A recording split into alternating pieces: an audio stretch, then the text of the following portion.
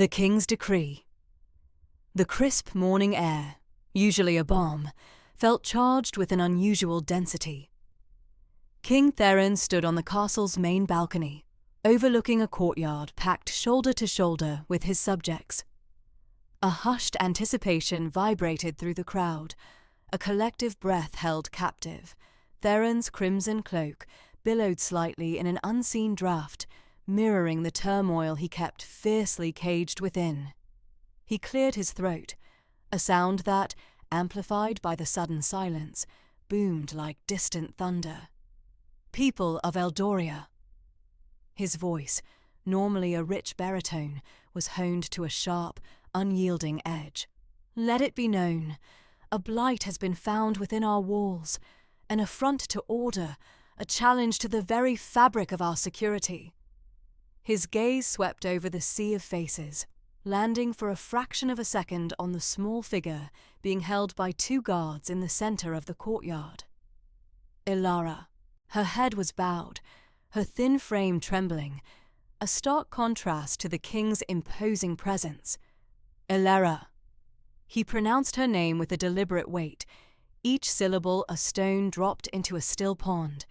"You stand accused of grievous misconduct, of insubordination that undermines the very foundations of this kingdom. For such transgression, there can be but one decree." His voice rose, resonating with a finality that brooked no argument. "You are hereby banished from Eldoria. From this moment, you are an outcast, forbidden to ever set foot upon these lands again." A collective gasp rippled through the crowd, quickly silenced by the king's continued stare. Ilara flinched as if struck, her head snapping up. Her wide, hazel eyes, usually warm and observant, were now pools of raw terror. A whimper escaped her lips, swallowed by the vastness of the courtyard. She looked small, impossibly fragile, against the backdrop of the imposing castle walls. "Take her!" Theron commanded, his voice unwavering, though a hairline fracture of doubt momentarily threatened to split his resolve. "Beyond the furthest gate, and ensure she does not return." The guards, grim-faced, began to pull Ilara towards the massive oak and iron main gates. Her bare feet scuffed against the cobblestones, a whisper of sound lost in the shuffling of the crowd. She stumbled, regaining her footing with a desperate resilience. Her eyes, darting wildly, sought out any sign of compassion, but found only pity or averted gazes. The heavy gates, usually a symbol of protection, loomed like the maw of a beast. As she passed through them, a gust of wind seemed to push her forward, out into the unknown wilds. With a groan of strained timber and grating metal, the gates swung shut behind her, the resounding thud echoing through the valley, sealing her fate. From the balcony, Theron watched the last glimpse of Ilara vanish behind the closing gates. The crowd began to disperse, a murmur of conversation replacing the earlier silence. He stood there for a long moment, the weight of his decision pressing down on him. He had done what was necessary, he told himself.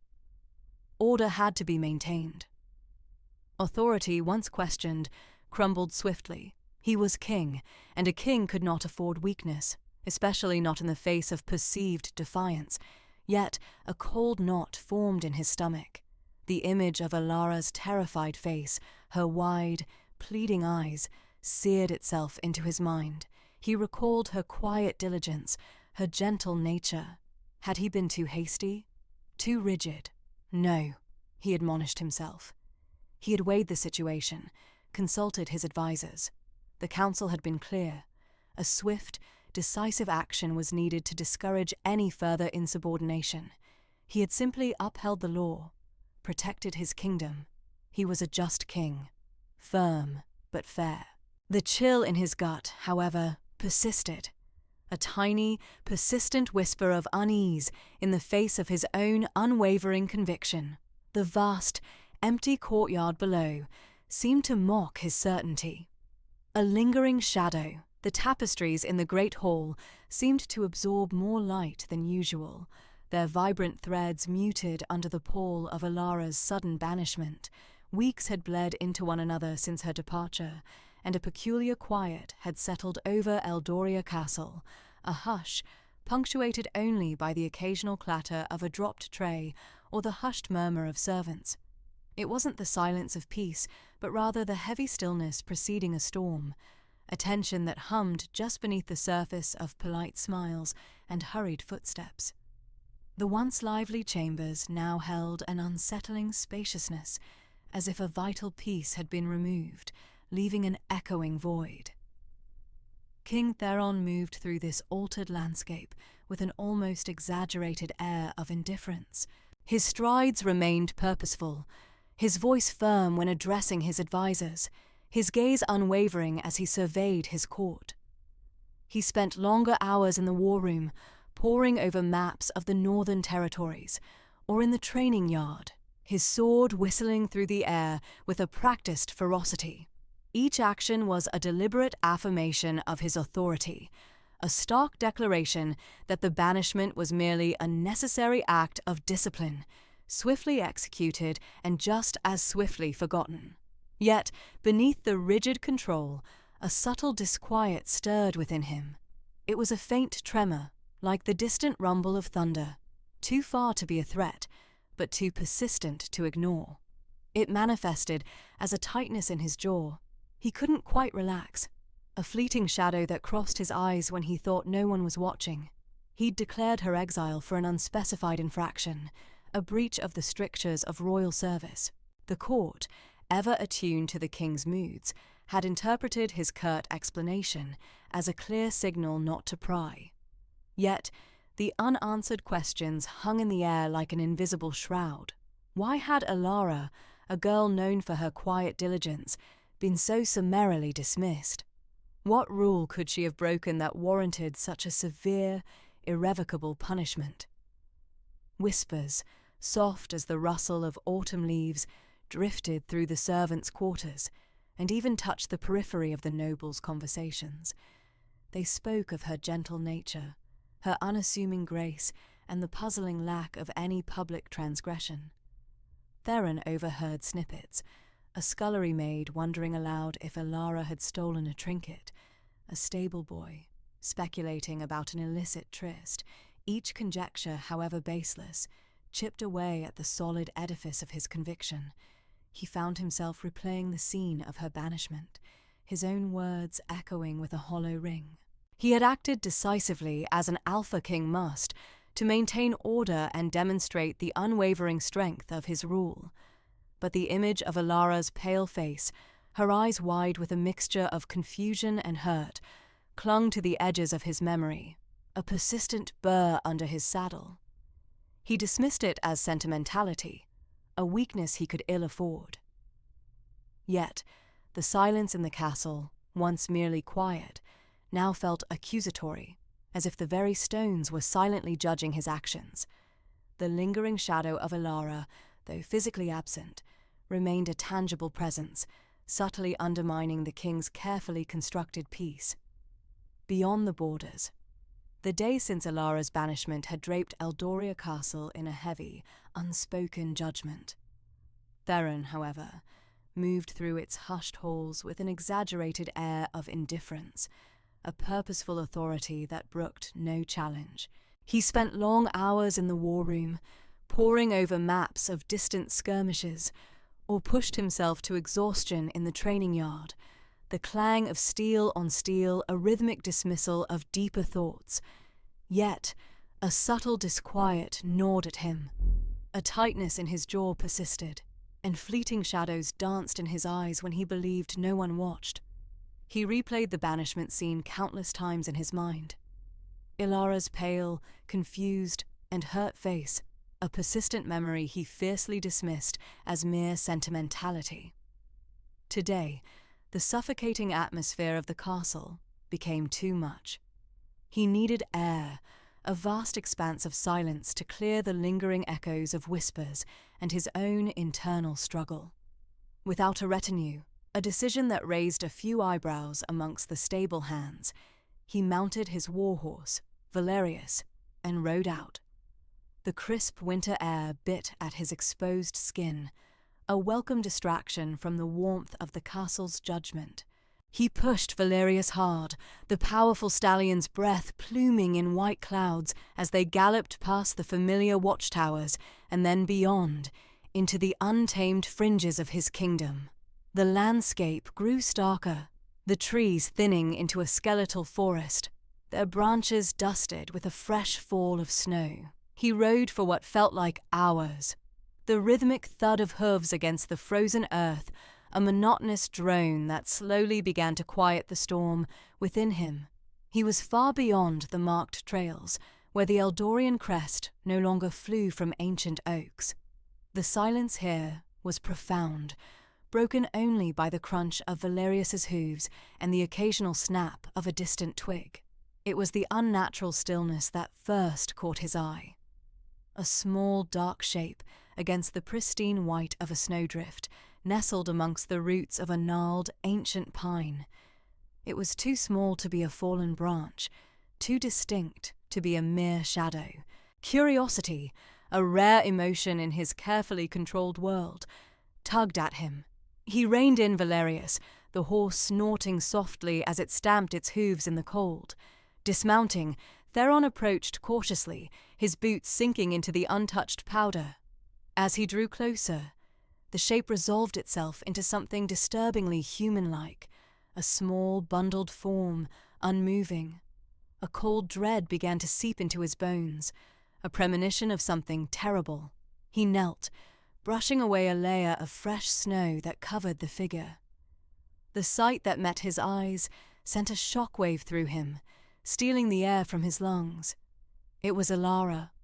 Her face, usually so gentle and kind, was a ghastly white, tinged with blue.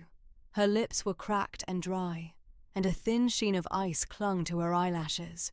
Her simple, threadbare cloak offered little protection against the biting cold, and her hands, visible from beneath the fabric, were purple and stiff. She was barely breathing, each shallow gasp a rattling sound in the vast silence.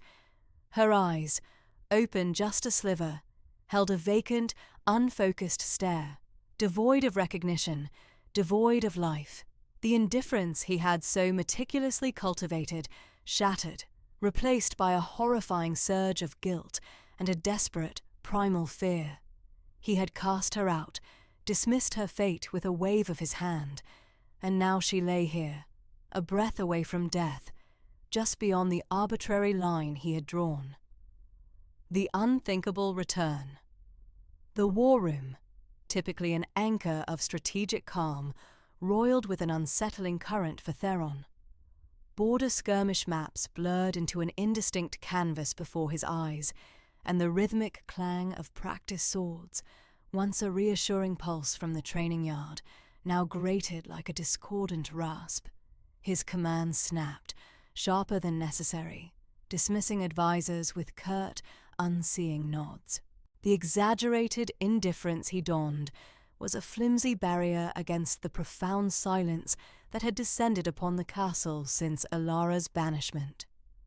A persistent tension locked his jaw, throbbing with each breath, and fleeting shadows danced in the depths of his eyes, betraying the storm within. He replayed her expulsion countless times, each mental rerun a fresh skirmish against a sentimentality he scorned as weakness. Yet, the image of her small, hunched form receding into the vast unknown clung to him like a stubborn burr. A cold, hard knot of guilt had steadily tightened in his stomach since the chilling news arrived. Alara, discovered barely clinging to life in the frost-bitten wilderness just beyond Eldoria's borders. Unresponsive, they'd said, near death from exposure, the defiance of his own decree to abandon her to the wilds gnawed at him. He paced his chambers, the rich tapestries suddenly stifling. A king did not second-guess. A king did not betray vulnerability. But the spectre of her, frail and solitary, stirred something primordial, a sensation he couldn't articulate or quell, He flung open the heavy oak door, the sound echoing through the hushed hall. "Ready my horse," he commanded, his voice a low rumble. "And a cloak. A heavy one." He offered no further explanation, his gaze fixed on some distant horizon, his resolve solidifying with each purposeful stride. The biting wind whipped around him as he rode, the familiar scent of pine and damp earth powerless against the tempest raging within. When he finally dismounted, the scene before him was stark. Elara lay almost camouflaged against the muted browns of the forest floor, a fragile bundle of rags and skin. Her face was ashen, lips tinged blue, her chest rising and falling with an almost imperceptible flutter. He knelt, the rough fabric of his tunic scratching against his skin. Her hand, when he carefully took it, was icy cold, her pulse a mere whisper against his thumb. The crushing weight of her fragility was a physical blow. With a practiced ease that belied the tremor in his hands, he gathered her into his arms. She felt impossibly light, a collection of brittle bones and fading warmth. He adjusted her head gently against his shoulder, her faint breath ghosting against his neck. The long ride back was a silent vigil. The rhythmic thud of his horse's hooves against the frozen earth was the sole sound, punctuated by the ragged wheeze of Elara's breathing. He held her close, his powerful body a shield against the biting cold, the generous folds of his cloak enveloping her. Each mile stretched into an eternity. Each breath she drew a fragile promise. The castle lights, usually a welcome beacon, now seemed to loom with an almost judgmental glow. He was bringing her back. He was defying himself. The court would erupt. But as he looked down at the pale, still face nestled against his chest, the knot in his stomach loosened, replaced by a fierce, protective resolve. Chaos in the court. A hush fell over the great hall, a silence thicker than the morning fog that often clung to the castle walls. It was the kind of silence that preceded a storm, heavy with anticipation. The guards, usually stoic sentinels, exchanged wide-eyed glances, their whispers like rustling leaves in a sudden breeze. King Theron strode through the massive oak doors, not with the usual pomp and retinue, but with a grim determination etched on his face, Elara cradled in his arms. Her frail form, barely discernible beneath the heavy cloak he'd wrapped around her, was a stark contrast to the powerful king. Her skin was ashen, her breath shallow and uneven. The news spread like wildfire. From the scullery maids to the highest-ranking lords, a frenzy of confusion erupted. Murmurs rippled through the courtyard, echoing into the cavernous dining hall and up the winding staircases. The banished girl. He brought her back? Near death, they say. But why? He cast her out himself. The court, accustomed to Theron's unwavering decrees, found itself adrift in a sea of contradiction. His previous pronouncements of justice and unwavering law now rang hollow, and the castle pulsed with a mixture of bewildered curiosity and simmering resentment. Lord Valerius, his face a mask of rigid disapproval, stormed towards the king's chambers. He found Theron in the antechamber, Master Finn already attending to Elara. The healer's brow was furrowed with concern as he gently felt for a pulse. "Your Majesty." Valerius's voice was a low growl, tight with barely contained fury. "What is the meaning of this blatant disregard for your own edicts? You banished her, you publicly declared her exile, and now you drag her back into our very midst, a living testament to your capriciousness." King Theron turned, his jaw tight, but his gaze remained fixed on Elara. She was found near death, Valerius. Exposure in the wilderness. His voice was low, almost a rumble, carrying an undercurrent of something Valerius couldn't quite decipher. A muscle twitched in Theron's cheek. "And what of it?" Valerius pressed, his voice rising, resonating with indignation. The law is the law, King Theron. Sentiment cannot supersede justice, especially not when it comes from the very hand that forged it. The people witnessed her banishment. What are we to tell them? That their king's word is as shifting as the desert sands? He gestured wildly towards the bustling court, visible through the arched windows. They are in an uproar, confused, questioning your authority, your very judgment. Theron finally met Valerius's gaze, a fleeting shadow passing through his eyes. "My judgment," he stated, his voice now devoid of any warmth, "is not for you to question, Lord Valerius. My actions are my own. She is gravely ill. Master Finn, her condition." Master Finn, sensing the tension, spoke softly without looking up from Alara. "She is very weak, Your Majesty, suffering from severe hypothermia and dehydration. It's a miracle she survived this long." He carefully adjusted a thick blanket around Alara, his movements gentle and precise. "See to her," Theron commanded, his voice cutting off any further protest from Valerius. He turned his back to the indignant lord, his posture radiating a purposeful indifference, though the subtle tightening of his shoulders betrayed a deeper disquiet. The scene of Alara's banishment, the harsh words he'd spoken, replayed in his mind, but he ruthlessly dismissed any burgeoning sentimentality. The castle's atmosphere, however, seemed to silently judge his every move.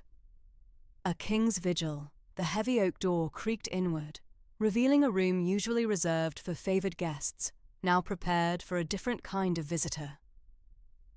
Theron carried Alara through the threshold, her body limp and shockingly light in his arms. The scent of burning logs and dried herbs filled the air, a stark contrast to the biting cold he'd just escaped. He laid her gently on the large, soft bed, the fur throws swallowing her small frame. Her skin, even beneath the faint illumination of the firelight, was the colour of parchment. Her breath a shallow, uneven whisper that seemed to fight for every exhalation. "Master Finn." Theron's voice, usually a booming command, was raw with an urgency that bordered on desperation. A moment later, the chamber door opened again, and the royal physician, a man whose silvered hair and kind eyes belied a sharp medical mind, hurried in, his satchel already open. Finn knelt beside the bed, his brow furrowed with concern as his trained gaze swept over Alara. He pressed a hand to her forehead, then her neck, his expression grim. "Severe hypothermia, Your Majesty, and profound dehydration. She's barely clinging on." His fingers expertly checked her pulse, a faint thrum against his touch. "We need to warm her slowly, carefully. Hot compresses, warm broth as soon as she can swallow, and we must reverse the dehydration." He began issuing rapid instructions to a waiting servant, his movements precise and efficient. Theron remained rooted beside the bed, his gaze fixed on Alara.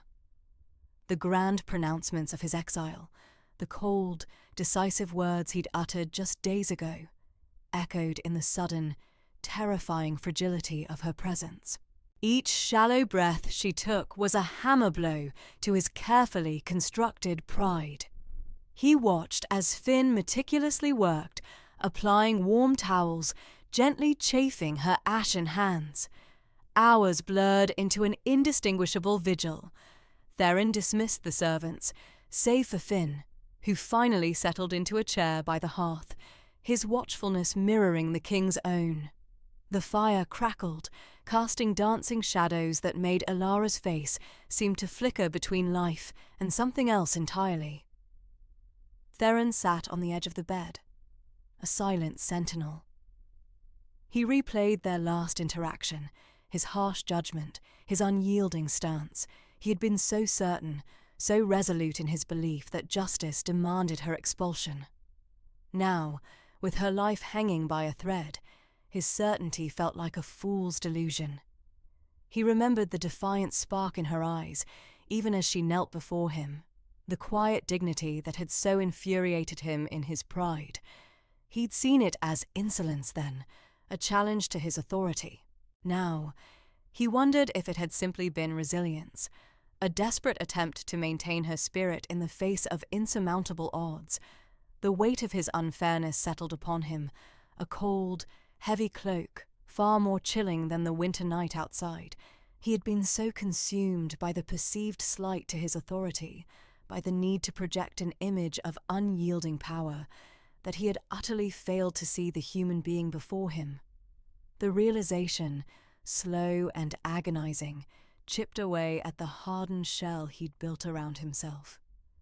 For the first time in a long time, King Theron felt not the weight of his crown, but the crushing burden of his own flawed humanity. The first apology. A dull throb pulsed behind Alara's eyelids, a relentless rhythm accompanying the slow crawl of sensation back into her limbs. Her mind was a fog, a swirling grey mass where disjointed images flickered. Ice, a searing cold that burrowed into her bones. Then a crushing weight, and finally, a surprising warmth that felt both alien and profoundly comforting. She drifted in and out, the darkness beckoning her back, but a persistent, gentle pressure on her wrist, a soft murmuring she couldn't quite decipher, pulled her towards the light. When her eyes finally fluttered open, it was to a world of soft candlelight and hushed movements. The air was thick with the scent of herbs and something clean, medicinal. Her vision swam, but as it cleared, a figure solidified at the foot of her bed. King Theron. Ilara's breath hitched, a thin, reedy sound that seemed impossibly loud in the quiet room. Her heart hammered against her ribs, a frantic bird trapped in a cage. Fear, cold and sharp, lanced through her, overriding the lingering weakness. Why was she here, back in the castle? And why? Why was he looking at her like that? His face, usually a mask of stoic command, was etched with a grim weariness she had never witnessed. He moved, taking a slow step closer, and Ilara flinched, instinctively pulling her hand from beneath the warm compress someone had placed there. Her muscles protested, aching with a profound fatigue. Ilara. His voice was a low rumble, devoid of its usual authority, almost hesitant. He paused, his gaze fixed on her, searching. You're awake. She could only stare, her throat too tight to form a single word. Her eyes darted around the familiar room, confirming her unwelcome return to the very place from which she had been cast out. The memory of the public shaming, the harsh decree, was a fresh wound. Theron took another breath, his shoulders slumping almost imperceptibly. He ran a hand over his jaw, a gesture of profound unease.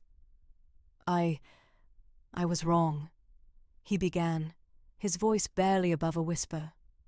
Ilara's wide eyes remained fixed on him, unblinking. The words hung in the air, heavy and unbelievable. The king, apologizing. It was a phenomenon she had never conceived of, a concept alien to every fiber of her being. She had seen him angry, seen him resolute, seen him dismissive, but never contrite. My judgment was clouded by pride, by anger, he continued, his gaze unwavering, meeting hers with an intensity that held a raw vulnerability. I let my own frustrations blind me to the truth of your loyalty, your dedication. I cast you out unjustly, and for that, Ilara, I am truly sorry. The apology, so stark, so utterly unexpected, left Ilara breathless. It wasn't the formal, courtly rhetoric she was accustomed to, but a raw, unvarnished admission of fault. He didn't try to justify, didn't try to minimize. He simply laid bare his error. She had never known the king to admit a mistake, not publicly, not even privately to those closest to him. It was a crack in the formidable armor she had always believed impenetrable. A tremor ran through her, not of fear but of a profound, disorienting shock. The cold fear that had gripped her moments ago began to recede, replaced by a bewildering mix of exhaustion and a nascent, fragile hope. A new decree. The throne room, usually buzzing with the hushed conversations of courtiers, was thick with an unnatural silence. King Theron, his shoulders slumping slightly under the weight of his royal mantle, stood before his gilded chair, not upon it. He took a slow, deliberate breath, the air tasting of aged stone and the nervous anticipation of his assembly. His gaze swept across the sea of expectant faces, lingering for a moment on the rigid posture of Lord Valerius, whose eyes, sharp as winter ice, met his with an unyielding challenge. "My lords, my ladies." Theron's voice, though weary, resonated with an uncharacteristic humility. "I have called this special court to issue a new decree, one born not of triumph, but of profound error." A ripple of murmuring started, quickly stifled by the king's raised hand. "I stand before you today, not as an infallible ruler, but as a man who has learned a bitter lesson. My judgment, clouded by pride and misguided anger, led me to an act of grave injustice. I speak, of course, of Elara." A collective gasp punctuated the air. Lord Valerius's jaw tightened, a crimson flush creeping up his neck. Theron pressed on, his voice gaining a quiet strength. "I banished her. I condemned an innocent soul, and in doing so, I not only wronged her, but I betrayed the very principles of justice and compassion I swore to uphold." He paused, allowing the weight of his confession to settle. "I was wrong. Terribly, unequivocally wrong." The silence that followed was profound, broken only by the rustle of a silken gown or the faint clink of a decorative sword. Faces, initially etched with surprise, slowly softened. A few hesitant nods emerged from the ranks of lesser lords, a quiet acknowledgement of the king's unprecedented candour. Lord Valerius, however, remained a statue of indignation. His knuckles were white where he gripped the hilt of his ceremonial dagger. His eyes, though still burning with fury, held a flicker of something else, a grudging recognition of a transformation he clearly disdained, but could not entirely dismiss. "Elara," Theron continued, his voice now imbued with a fragile hope, "was found days later, half dead beyond our borders. Not by guards, but by my own hand." Another wave of shock permeated the court. "She is now recovering, safe within the castle walls, and it is my decree that she shall not only be pardoned, but welcomed back into my service, with all due honour and protection. Any who dare to speak ill of her, or attempt to harm her, will face the full, unyielding wrath of my law." His gaze, now firm and unwavering, settled directly on Lord Valerius, who flinched almost imperceptibly. The challenge was clear, a gauntlet thrown down not just to a single lord, but to the very expectations of his court. Theron, once rigid in his pronouncements, had bent, broken, and was now reforming, stronger for the fissures. The air crackled with the shift in power, a quiet revolution unfolding in the heart of the kingdom. The court, once so certain of their Alpha King's unwavering severity, now faced a leader reborn from his own fallibility. The heart's light, the scent of lavender and polished oak now filled Elara's days, a stark contrast to the damp earth and chilling fear that had been her recent companions. Her hands, once calloused from kitchen chores, now cradled delicate scrolls and pressed fragrant herbs between the pages of ancient tomes in the castle's sprawling library. It was a role unexpected, bestowed upon her by the king himself, a quiet acknowledgement of a life almost lost and a silent apology for a judgment too swift. She catalogued new acquisitions, her fingers tracing the faded script of forgotten histories, a gentle rhythm replacing the relentless pace of her former life. A faint smile, still hesitant but genuine, often played on her lips as she discovered a particularly insightful passage or a beautifully illustrated botanical plate. The castle, once a symbol of her banishment, now offered a sanctuary of quiet purpose. King Theron, in his chambers overlooking the bustling courtyard, found himself drawn to the library's arched windows more often than before. He would watch, unseen, as Alara moved among the towering shelves, a wisp of sunlight catching the soft waves of her hair. He noticed the slight tilt of her head when she was engrossed in a book, the way her brow furrowed in concentration, and then the slow unfurling of her expression into that small, private smile. Each time he witnessed it, a peculiar lightness bloomed in his chest, chasing away the phantom weight that had long settled there. It was a warmth he hadn't known he'd been missing, a quiet joy that bypassed the grand pronouncements of his court and settled deep within his spirit. One afternoon, he descended to the library, an unusual venture for him during the day. Alara was perched on a rolling ladder, her back to him, reaching for a volume on an upper shelf. A stray beam of light illuminated the dust motes dancing in the air around her, lending her an ethereal glow. He cleared his throat softly. She started, nearly dropping the heavy tome, turning swiftly, her eyes widened as she recognized him. The last time they had spoken directly, he had condemned her. Now his expression was unreadable, yet devoid of the anger she remembered. "Your Majesty," she murmured, dipping into a low curtsy, the movement still stiff from her injuries. "Alara," he replied, his voice softer than she'd ever heard it. He gestured vaguely at the shelves. "You find contentment here?" Her gaze flickered back to the book in her hands. "Yes, Your Majesty. It is peaceful, and the stories within these pages are endless." A genuine, unbidden smile touched her lips as she looked at him, a flicker of trust in her eyes. Theron felt a profound shift within him. The smile, unforced and genuine, was a balm to his soul. It was in that moment, seeing the quiet resilience and gentle strength in her, that he fully grasped the depth of his transformation. The pride that had once dictated his every decision now seemed a hollow, brittle thing. Kindness, he realized, was not a weakness but the very bedrock of true strength, the only path to a kingdom where hearts could truly thrive. He had sought power through fear, but he found it, unexpectedly, in the quiet forgiveness of a simple servant.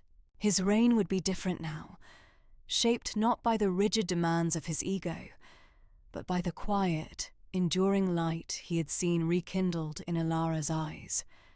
The lightness in his heart was a promise, a quiet vow to lead with a compassion he had only just begun to understand.